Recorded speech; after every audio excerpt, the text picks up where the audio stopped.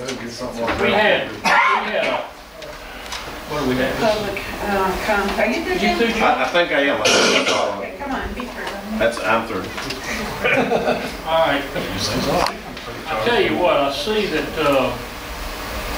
Garnet Stewart scratched. Are you still scratched? Or? No, I put it on the wrong one and I scratched it. So we're going to honor this where she had thought she was on the wrong one. Garnet Stewart is here about Katrina Cottages. Now, again, there's 10 minutes total for all that. We have 2 more people to speak after you.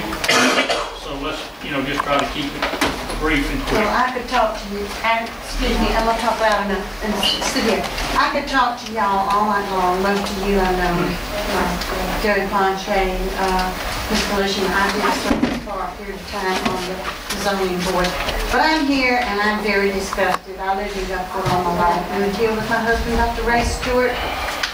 30 years ago, he passed away in 2002, and Katrina came in 2005 and took both my home and my mother's that was right next door to one another on Magnolia Street.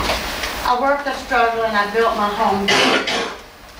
I wish I hadn't, but I'm very sorry that I had, because I built more house than I had. Mr. Ponche's been there, Mr. Mayor Skelly's been to my home. He came to my open house, and I built far too much house because I'm paying a total of right at $20,000 a year on taxes and insurance. I pay my fair share of taxes and all this, and I own 4 pieces of property, so I'm paying my share. But I am just totally disgusted, alarmed, and I don't leave Gary out of this, and I don't leave Carolyn Anderson out of this. Not one of you would want to sit on my front porch on the corner of Boggs and Magnolia and look at that permanently obnoxious blue Katrina cottage across from me.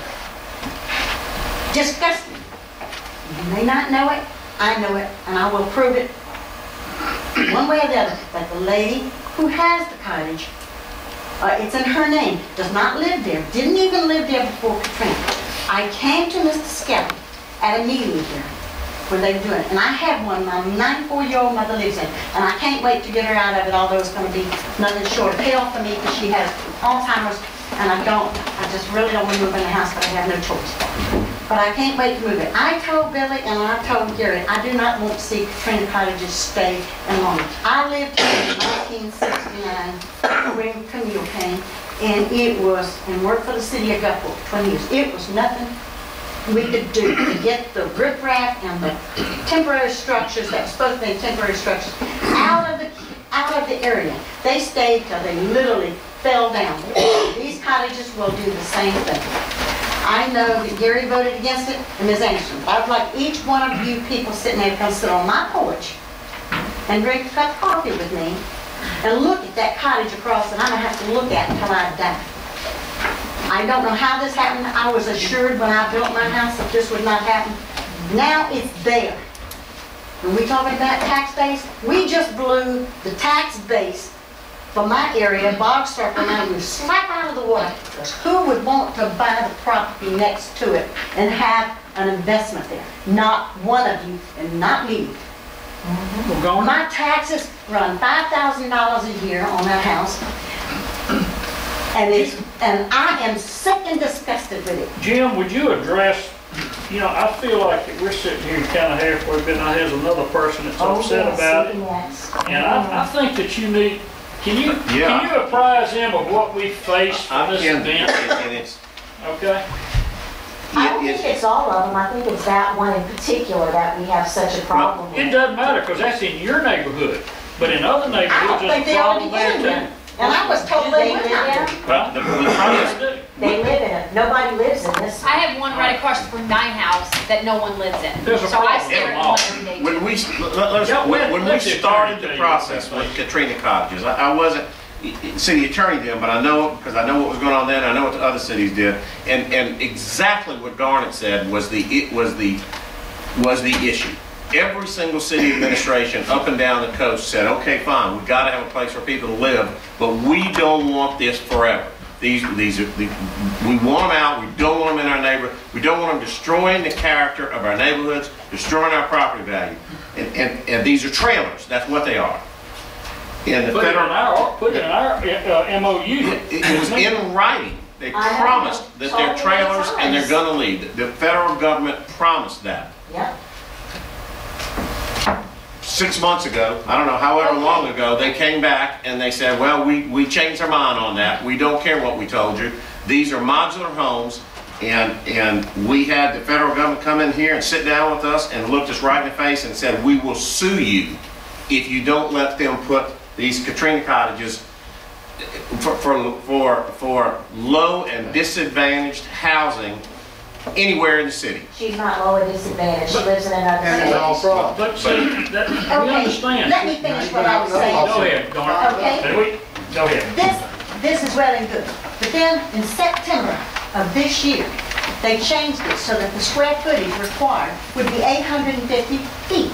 Why couldn't they have been put enough darn property so if they wanted it that they could at least have something beside a row house sitting there? At least made it 1,500 square feet, 2,000 square feet so they could have to build onto it. Probably gonna sue us for the 850. They are, I mean, So, I mean, that's, Then you just completely, I would move out of Long Beach in 5 seconds if I could get rid of that house. And I own 4 pieces of property, 2 on Loving Lane, 1 on Driftwood, and 1 back to back. The whole corner I own, and I am ready to get the hell out of Dodge. I hate it so bad. I am so disgusted. Isn't Beside the that, same comment coastwide, all of them? Yeah, well, that's- beside that, the property to the north of me, the people moved out, left their slab, it's grown up. Gary can tell you, I came by the other day, I was out there cutting my neighbor's yard because I don't want to look at the snakes and stuff in it. He lives right next door to me, right down the street, he knows. Across the street, $50,000 FEMA paid to clean the area across on the south side, that cost $50,000 too. And they cleaned that out and got all the debris out there, it was all nice and clean, you could see the beach clear as day. Guess what? Everybody's moved away, it's grown up, it's nothing but snakes and rats and possums and everything else you can imagine around there. And across the street from it, the same thing, you can't even see my house till you get in front of it. What happened to these? Was this cottage not the one we had to, that they filed for a permit before we passed the ordinance, correct? This is that yeah, cottage? there were 6 of them. I want to say 6, 5 of them that got, well, that's what the federal government came down and said, we're going to sue you over these 5. And I mean, they were standing right here, that guy Andrew Cantor was here, and he was saying, we'll sue you. Mississippi Department of Justice. Yes, we had, United States Department of Justice. well, I mean, if they had them as the people out Yeah. front. But y'all could have made should have made the footage that they could have, as long as they comply with that. I'm not a covenant area. They tell me I'm in a covenant Explain area. that, Jim. about the We footage. passed an ordinance that said everything has to be at least 850 square feet, which just coincidentally happens to catch all the Katrina cottages, so none of them are big enough. Now these 5, it was too late. They were out there before we could pass an ordinance and we couldn't stop them. But the federal government has come back to us and told us that they're going to sue us over the ordinance, that is designed to or if it's not intended to, it has an unintentional but real disparate effect. It means it affects single moms and poor people and minorities more than everybody else, and they say that's unconstitutional, and we have to let those people live in any neighborhood they want, and they're going to sue us to set aside that Can I ordinance. make a deal with you? Yes, ma'am. If we can prove, and I plan to do, and she plans to do, because I know I can see cars when they drive up. Nobody lives there. She never The lived lady there. from Tennessee told me, I spoke to her when they came to approach me. When I approached him, I said, no, I'm not getting involved in this. I don't want them there. It's a beach She told cottage. me that she is a vacation home. She told me that she lived in Jackson, Tennessee. With a family. Didn't plan to come back, but she would like to keep her, excuse me, that she would like to Well, let me keep the cottage excuse you, for her we've had enough time on this. We need a I mean, it was 10 minutes. She does not live in it. Okay. And I'm asking him if he can assist, and I The will feds assist. just don't care. It's the I feds. am. Kendra, okay.